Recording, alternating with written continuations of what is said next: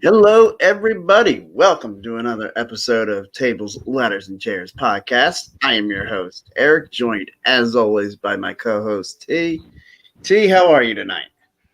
Doing all right. Me too. It's Thursday. It's going to be the end of the week. I'm excited about that, even though I had a short week at work. Sorry to everybody, we weren't able to join you last week. I was watching football.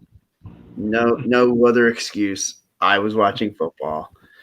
But tonight I will as well, but not until after the show.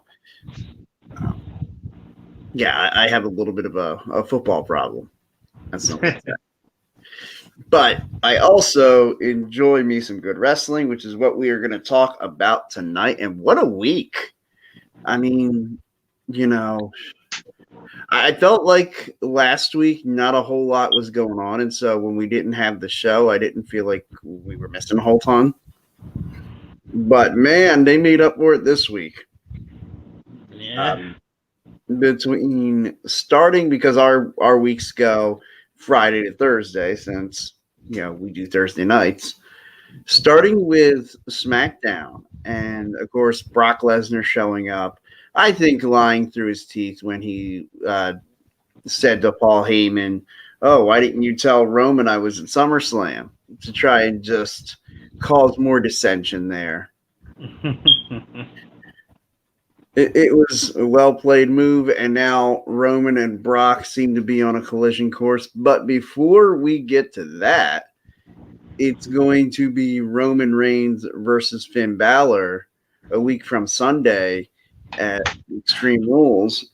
And it's the return of the Demon King. So your thoughts on that? We kind of speculated as to that with the whole red light thing going, and then the full-on return of the Demon King. Well, before Monday, Roman Reigns got 3 targets on his back, but now he's got 2 targets on his back. Mm-hmm. Got to worry about Brock Lesnar, and he's got to worry about Finn Balor. But at least he doesn't have to worry about Big E anymore. Yeah, I certainly felt like everything was aligning to like. Does anybody even care about the WWE title anymore? And, it seemed like Big E was, like you said, gunning for him. And, of course, Finn Balor, who's got the championship match at Extreme Rules. Brock Lesnar, which I would assume it's Survivor Series. And, good comment coming in here. He still has to worry about Heyman. Yeah, I tell you, I said right at the top of the show, I thought that was all a ploy by Brock Lesnar to create some dissension there between Roman and Paul Heyman. As far as the story goes, like that Paul Heyman is actually telling the truth when he says that he didn't know Brock Lesnar was going to be at SummerSlam. I think that was all a ruse to create that distrust and disharmony in the bloodline. Has that ever been done before? Paul Heyman telling the truth? I believe one time he was in the 4th grade, and he told the teacher that the dog ate his homework when, in fact, the dog had eaten his homework, but that was the last time that can be confirmed.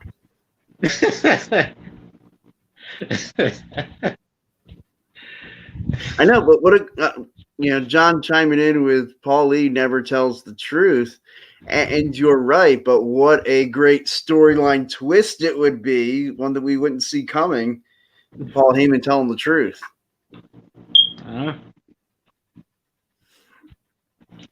But before we get into I feel like we're doing what a lot of fans are doing, and what maybe even Roman Reigns is doing. We're getting to Brock Lesnar before his date a week from Sunday with the Demon King, who, by the way, the Demon King's never lost.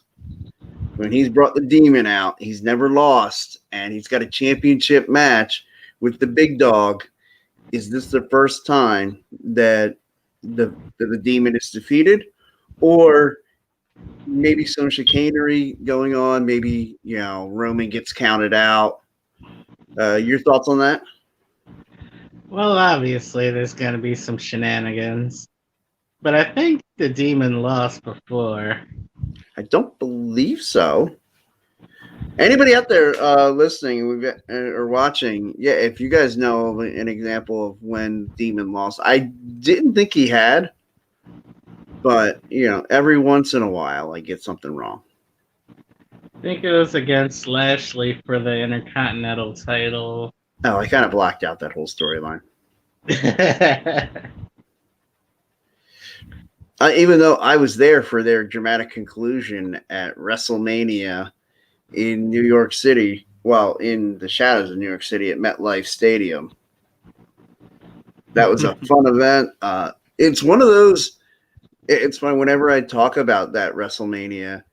Being there, the energy was incredible. It felt like WrestleMania. It was so much fun. When I went back and rewatched it, I'm like, man, this event drags. It's like, I felt like all the guest commentary was overkill.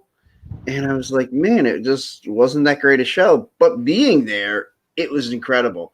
I will always tell anybody, if you have the opportunity to go to a WrestleMania, you should, because it is like a great pilgrimage of wrestling fans. Just truth be told, before I went to that show, I decided probably about, I guess, 4 or 5 months ago or before that I was going to go to WrestleMania. I made plans with actually my former co-host Joe, and we bought our tickets, ordered everything, and watching WWE in the build-up, I was kind of meh on that WrestleMania, and I remember thinking, I'm like, man, it's gonna stink. I'm gonna go to this WrestleMania, and I'm not even gonna really be all that into it. Like, it stinks. It's like the one time, it's like this bucket list item that I'm going to get to go to a WrestleMania. And I didn't think I was going to be all that excited. When I got there, like being around the people at the Fan Fest and the tailgating outside before WrestleMania and then going in there, it was almost like a wrestling pilgrimage. Like, it was almost a religious experience for me being at a WrestleMania, and it made me fall back in love with WWE and with pro wrestling. What's up, Bald Eagle? Which, by the way, anybody watching who is a football fan, let me just tell you, he does a show right here on the on Philly Sports Alliance that he breaks down everything, like drive by drive, play by play, explains the inner workings of each play. It's fantastic. And for a football junkie like me, I can't get enough of it. But yeah. Okay, so Friday Night SmackDown, Roman Reigns. It looks like he's looking past Finn Balor towards Brock Lesnar, and I think the fans are too. Yeah, again, do you think that there's a chance the Demon gets the win, or is this, like I said, Roman's already bookmarked for Brock Lesnar after this? Well, I mean, a win for the Demon King would be nice. But then it'd be cool to do that and then just have Brock. Are Brock and Roman still fighting? Probably at Survivor Series, or does Brock go after Finn Balor? Right. Or does it somehow become a triple threat match? Which, I like one-on-one matches more than I like triple threats. I do like fatal four-ways a lot, but for whatever reason, I don't really like triple threats. Yeah, this is a good point. I was going to wonder, does Roman and Brock's feud really actually need the belt? I would tell you no. I don't think it necessarily needs it, but I think it just kills Roman's momentum if you have him lose a championship match. Now, again, we talked about, some chicanery, some salty things happening.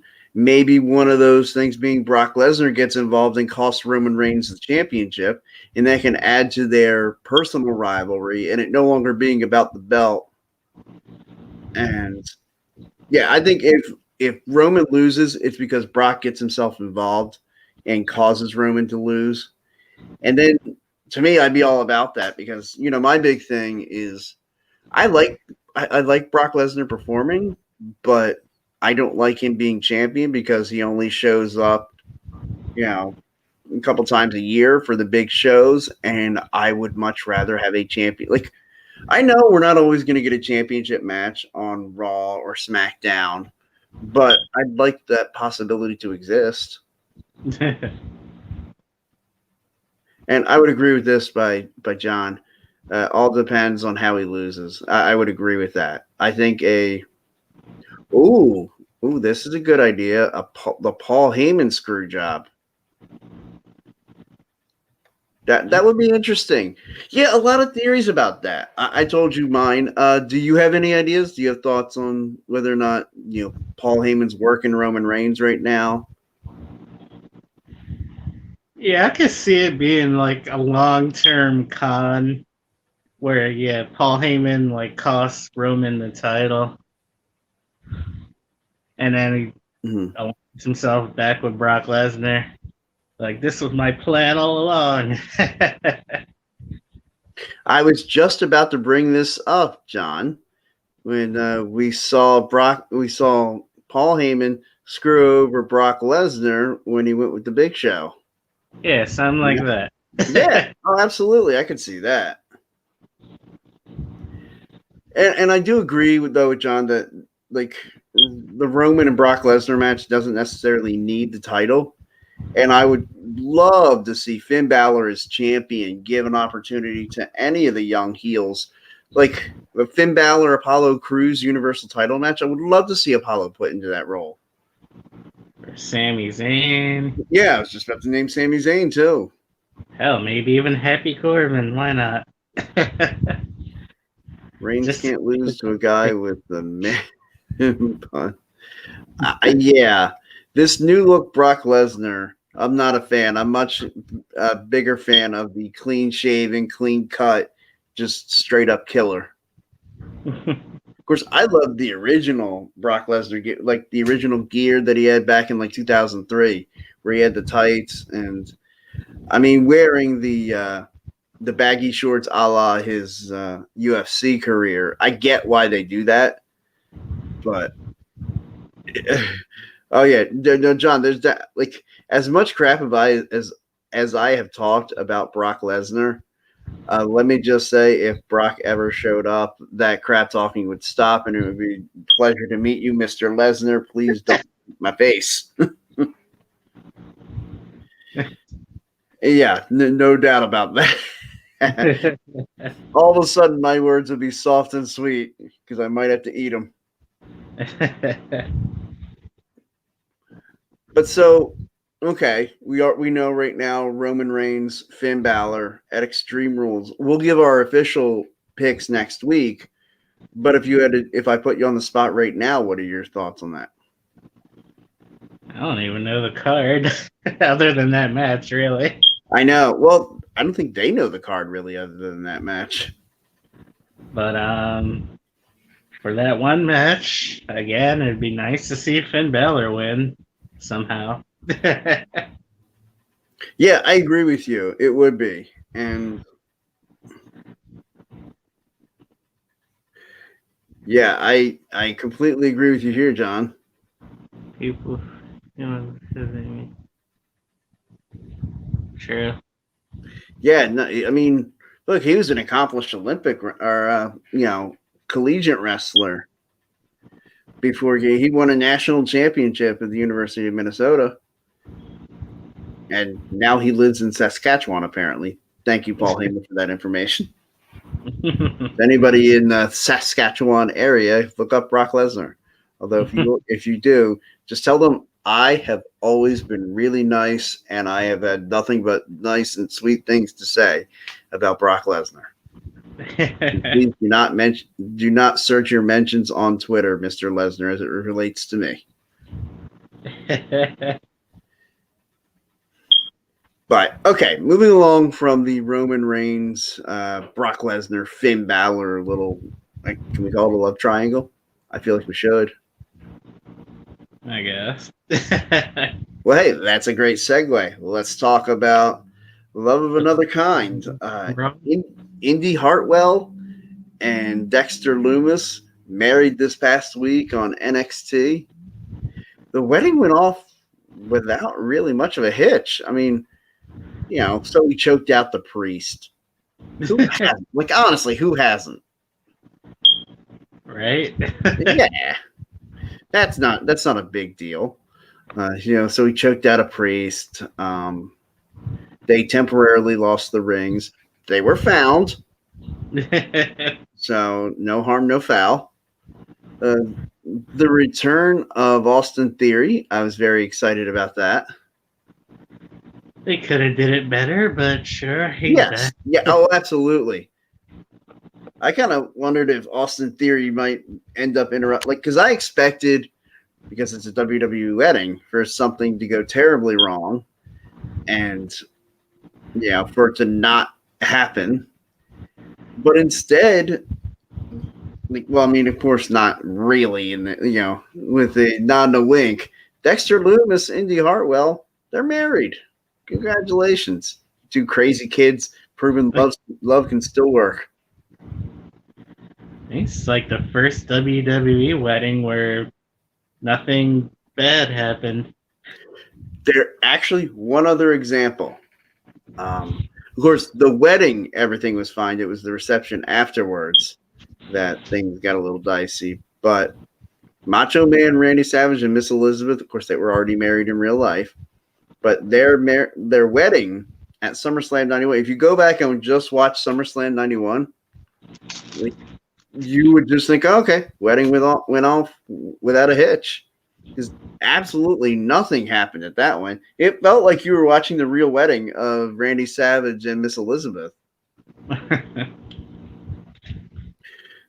But and then afterwards at the reception is where Undertaker and Jake Roberts, they have the snake in one of the gifts, and the snake pops out and scares Miss Elizabeth half to death, and an 11-year-old me.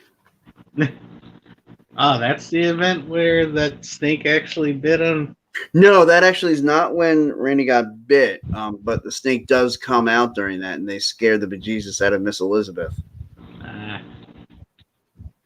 that was later on. But yeah, I was surprised that the wedding went off really, kind of event-free. I thought it was cool that Beth Phoenix jumped up there and finished off the wedding ceremony after Dexter Lumis choked out the priest. I love the part when they were like, does anyone have any objections? Yeah, so he chose the axe and everybody puts their hands down.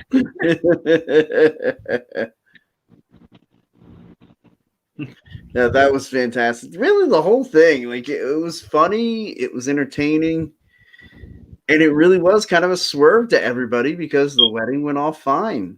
Again, minus the priest getting choked out. But I feel like no wedding's complete. Like, if you have a wedding and the priest doesn't get choked out, does it really count? I know, right? Yeah.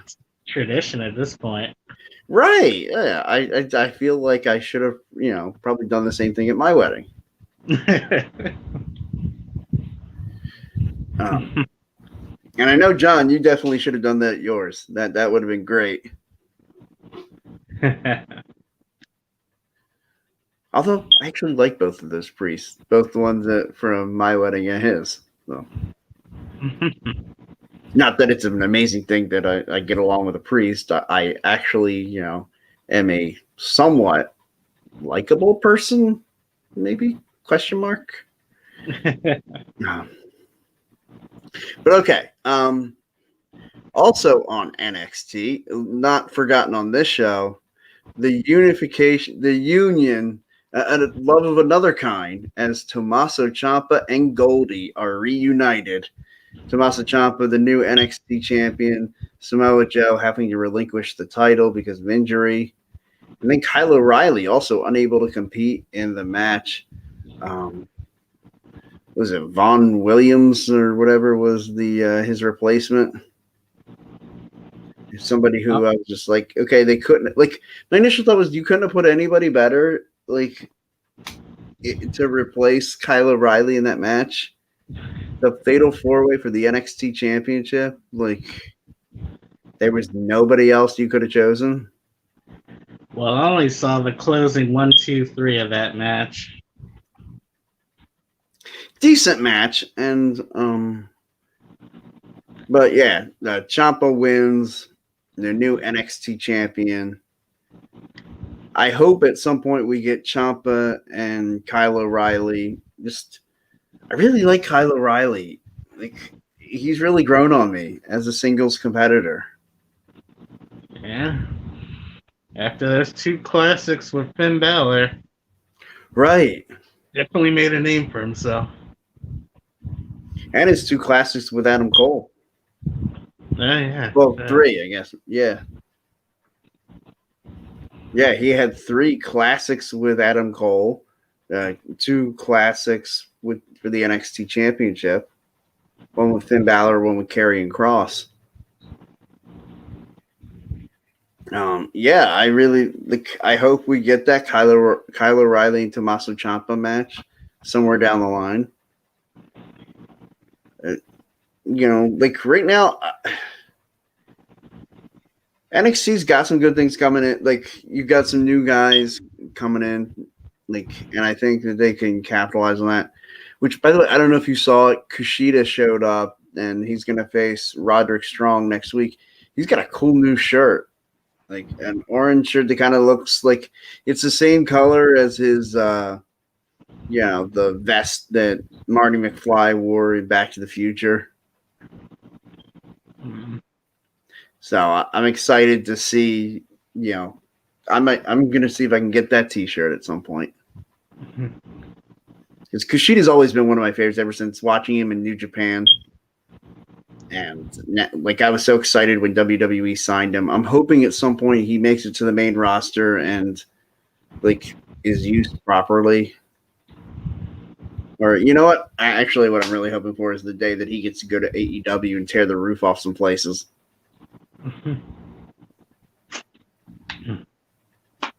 Which that will bring me to the next segment of the show, everybody. We're a little over halfway through or so.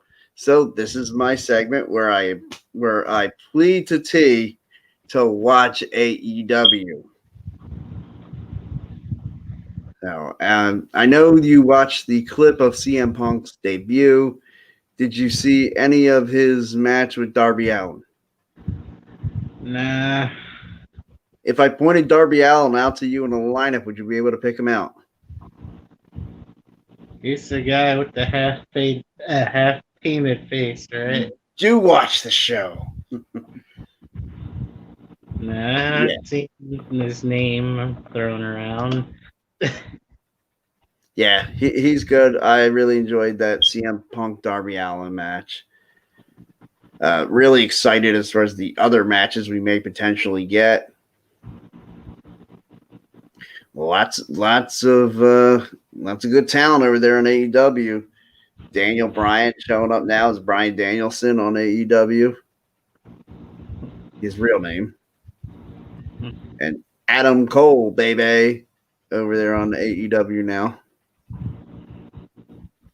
So lots of possibilities. That's what excites me more about AEW than I think WWE right now. It's the possibilities, the storylines. I feel like there's just so many dream matches you can get from AEW's roster, whereas WWE, I'm not feeling it right now. Now that could all change. They could change some storylines, get some other people involved, and all of a sudden, what felt bland and stupid will become interesting and relevant again. I mean, come on, we got Big E as WWE Champion now, which I want to get to. So, I didn't hate the Big E announcement that he was going to be at Raw and him even showing up and talking about the possibility of cashing in.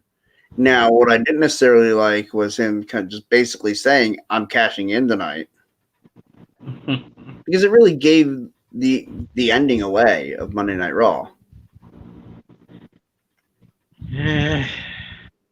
Like, if you just see Big E backstage and Big E's talking to the members of the New Day and they're asking him about why is he there and is he there to cash in, and he kind of gives you just that sly chuckle or something, you know, like, I think that would have been a better approach and not have the whole, like, face to face with Lashley, Big E, and Randy Orton to start the show. I really just, if you just have Randy Orton and Lashley go out there tearing the house down, like I said, even if you tease Big E being in the building, like, it becomes, if you don't show him at all, like, man, talk about a surprise. But, like, I think you said it right, where it was a ratings grab. Oh, absolutely. And sure, people tuned in to see that cash in. But to me, like, how cool would it have been if the next, like, if you don't announce it and it happens and the people who did see it are like, oh my God, you should have seen what happened on Raw. Well, then all of a sudden, all the other members of the audience who maybe aren't watching Raw regularly and just kind of checking in here and there think, well, man, this was a random episode of Monday Night Raw, and Big E comes and cashes in after this Randy Orton, Bobby Lashley match. I need to watch every week because you never know what's going to happen next.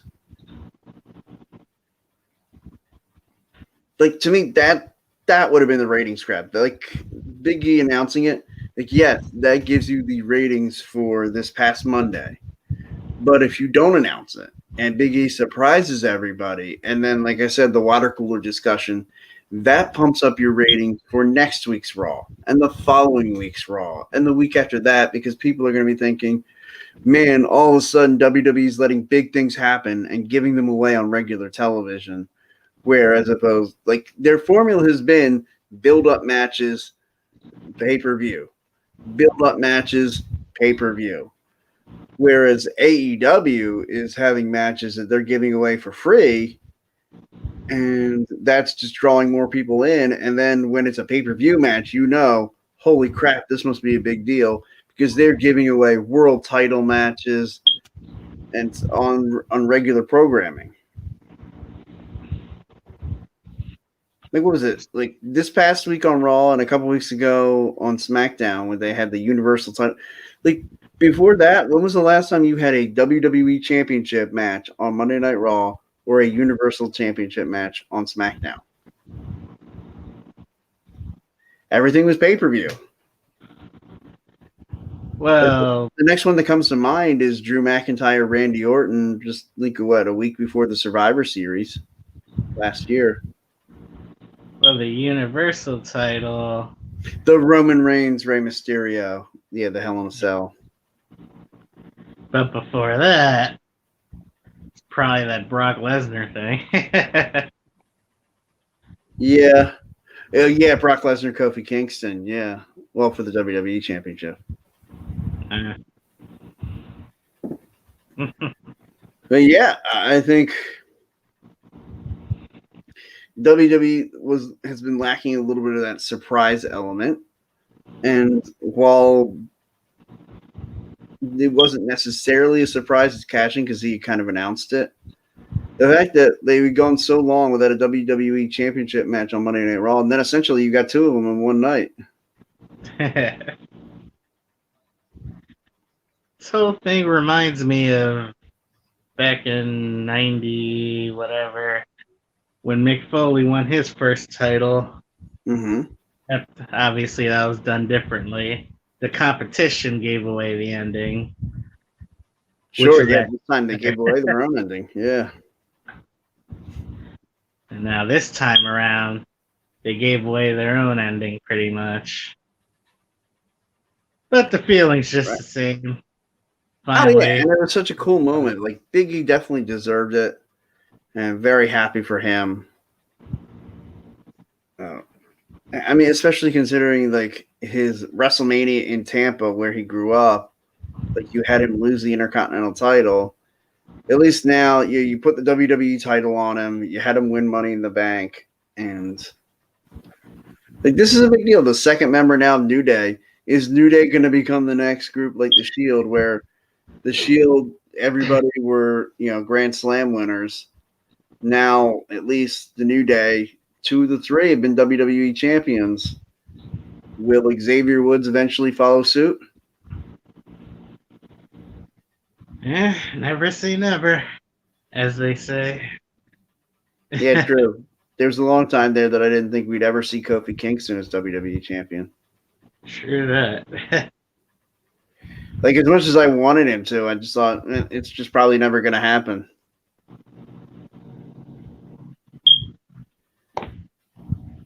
So, as we look now, I would assume the thought is that Big E's first title defense will be against Lashley at Extreme Rules. It'll probably have to be some kind of gimmick match. 1, because it's Extreme Rules, and 2, I guess they still got to make Lashley look, strong and dominant. Yeah, but it's Big E's first title defense. You're not going to have him drop the title right back to Lashley, at least I don't think. Yeah, it'd be really kind of silly if they did. Of course, I thought the same thing about Nikki ASH. I didn't think there's any way she was just going to lose the Raw Women's title back to Charlotte. Even though I remember I did pick Charlotte to win that match because of them wanting to suck up to keep her in WWE, not go to AEW. I really thought that it might be a case where Nikki ASH backdoor retains, and then we eventually get maybe at Extreme Rules a one-on-one match between Nikki ASH and Charlotte Flair, and that be how we get the title change. Which I still think that would have been the better approach, but.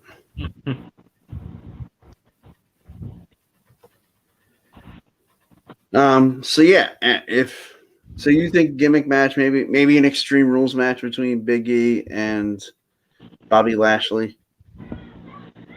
Yeah, Extreme Rules match or table match, something simple. Yeah. That is how they got Sheamus his first WWE title. Yeah. Off of Cena or the table match. That way, Cena will still be, Super Cena, but can drop the title easily. Yeah.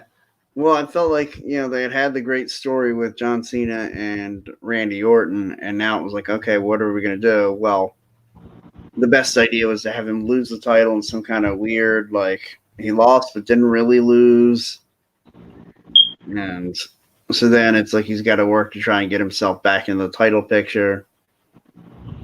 And I like the whole him winning it at the Chamber match and then having to defend it right away against Batista.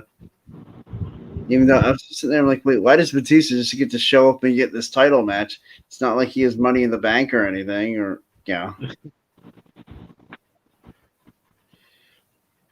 But that just set up to the Batista being entitled and getting, whatever he wanted. And then John Cena beats him at WrestleMania.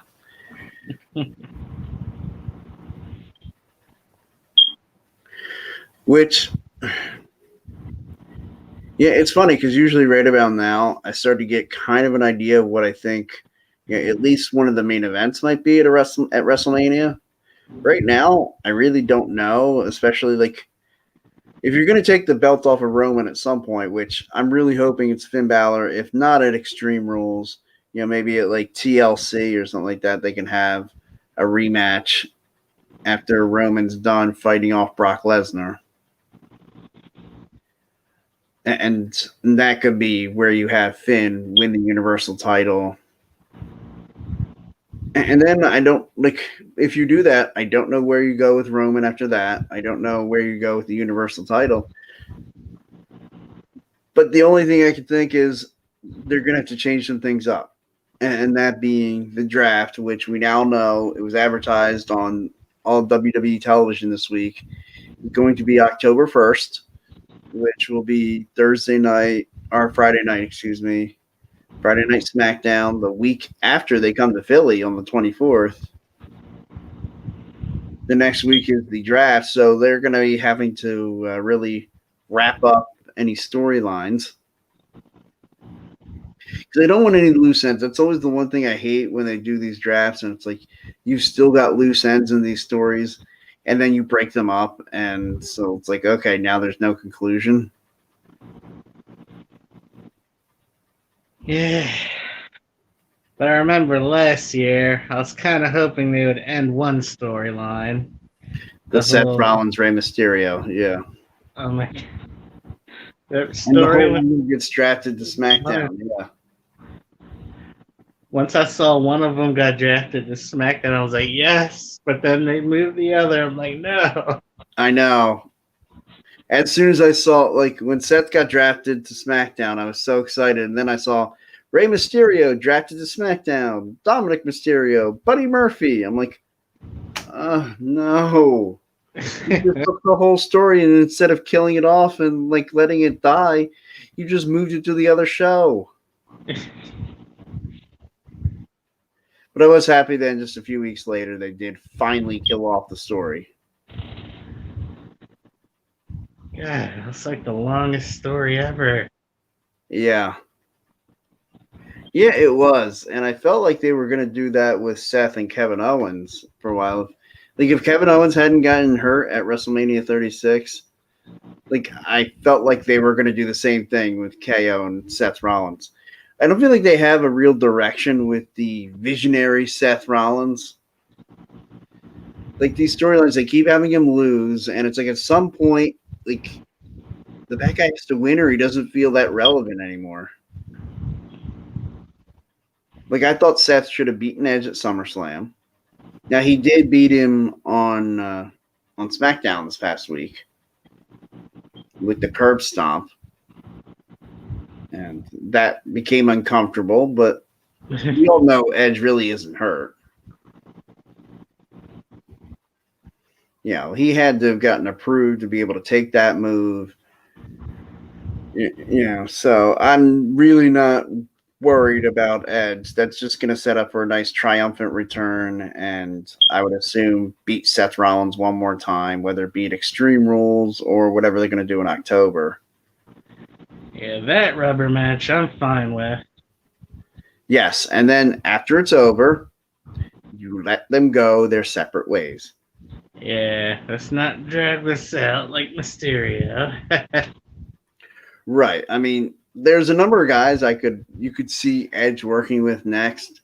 Maybe, like, I would love to see him work with Happy Corbin. Like, I think that could be something to elevate Corbin to a main event status.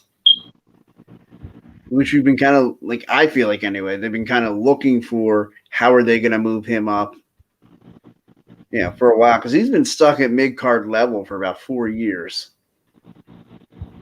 You need to break him into the main event scene. And how nice would it be if you get a new Universal Champion in Finn Balor, and then one of his first challengers, Finn Balor, Happy Corbin for the Universal title. I still kind of feel like they had that unsettled business because of Corbin attacking Finn at the SummerSlam contract signing. Well, if that's the case, Balor still has an issue with Cena. I want that match at WrestleMania. That's the match I want. Finn Balor, John Cena at WrestleMania.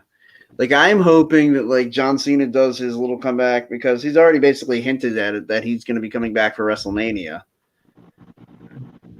And I'm hoping that basically he shows up to, like, cheer, like, get cheers from the crowd, and Finn Balor calls him out to basically say, hey, challenge me for the Universal title. Go to WrestleMania, try to make history again, and I want Finn to deny Cena the record. Although I feel like if they do that, Cena's getting the record. Like, Cena will win at WrestleMania. And I don't know if they'll do, like, maybe have him disappear again for a while and, like, come back with the Universal title, like, within a few months later, maybe even, you know, no title defense until SummerSlam, to which he would probably lose the belt at SummerSlam. And I don't want to say I'd be fine with that because I want to see my champion show up. but I feel like John Cena is gonna get the record. They have to give it to him at some point. Let's get it over with, and then we can move on with it. Because if he doesn't get it this next time, like, does he get another opportunity after that? Well, okay, I know obviously they could, but would it make any sense to give him another opportunity afterwards? Like, can you sell that to your audience?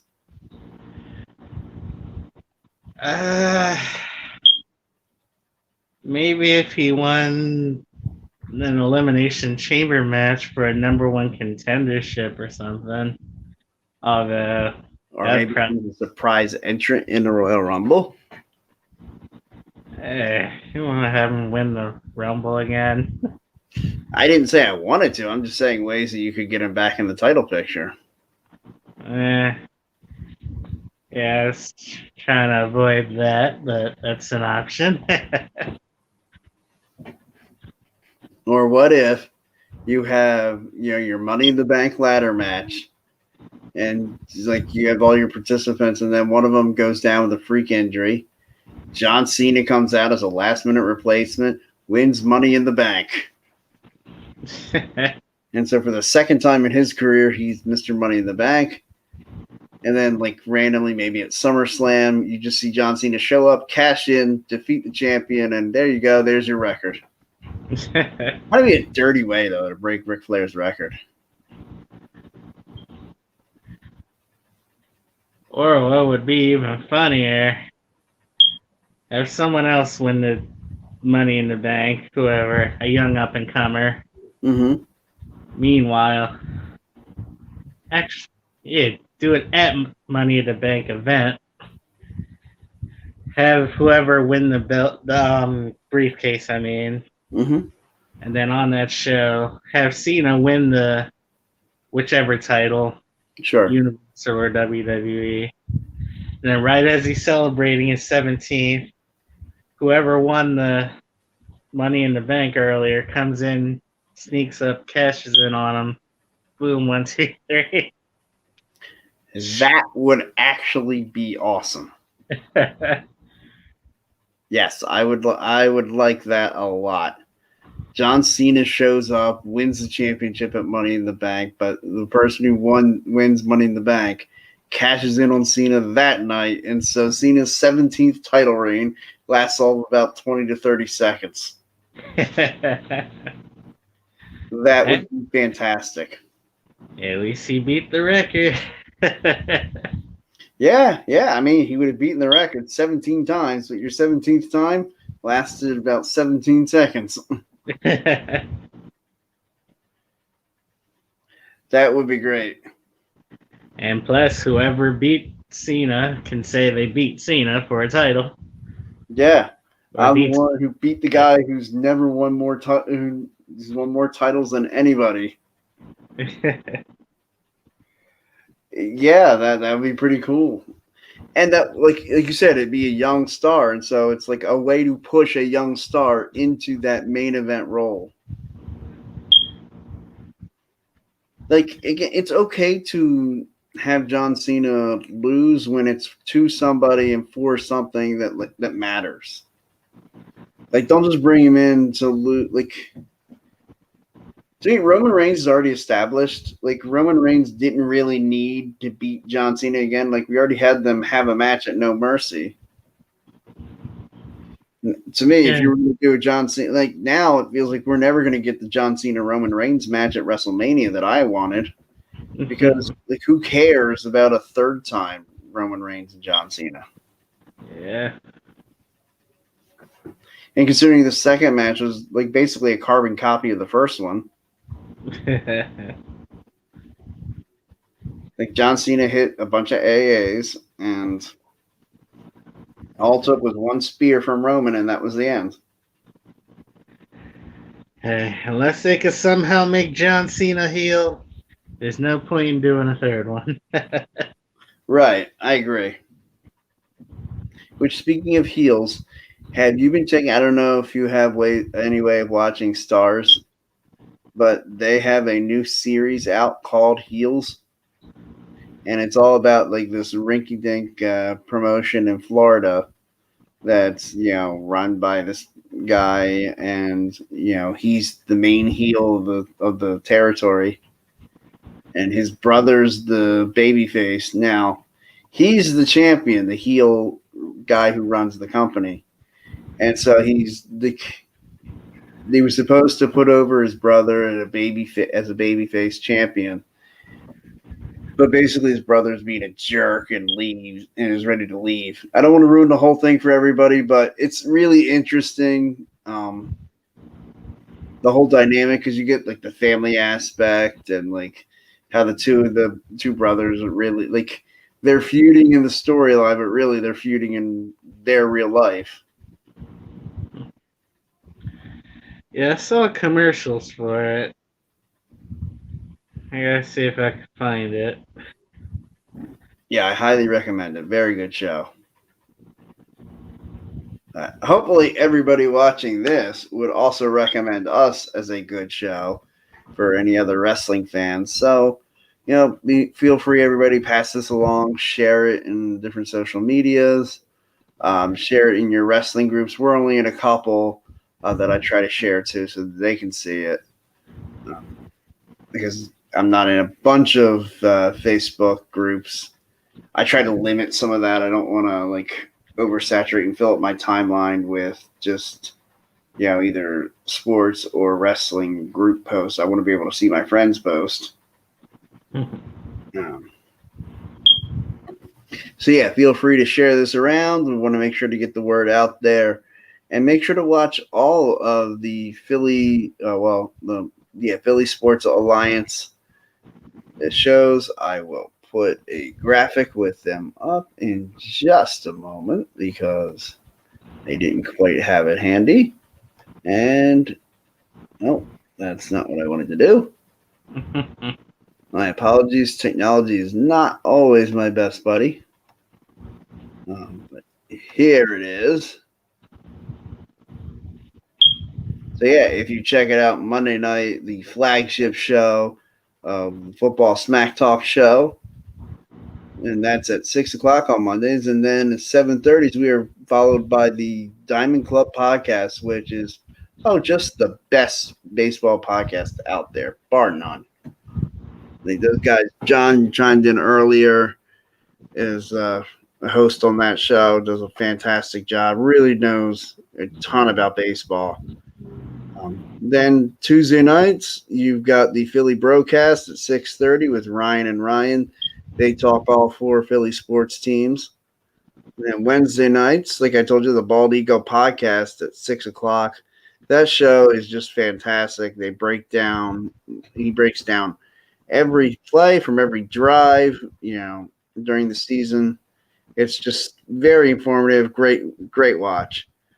And then Wednesday nights, you've got Mike Sports, myself, and Landry, an Eagles fan and a Cowboys fan, hell bent to burn the world down. And then Thursday nights, you've got Tendies on Patterson at 5:30, which is a fantastic hockey show. Those guys know a ton about hockey. And then, there's our show, 7:00 TLC podcast. And then there's a new wrestling. Thursday nights is wrestling night on the Philadelphia Sports Alliance, as I believe it's 9:00 is Off the Top Rope. Guy usually has a guest. Great podcast. Everybody, you should feel free to check that out. So thanks for joining us tonight. I think that's going to be about all we get into tonight. Next week, we'll talk more about the upcoming WWE draft and, of course, give our official predictions for the Extreme Rules pay-per-view. So, T, anything to add before we get out of here? Nope. All right. I love it. Everybody, have a great night, and we will see you next week. And happy wrestling, everybody. See ya.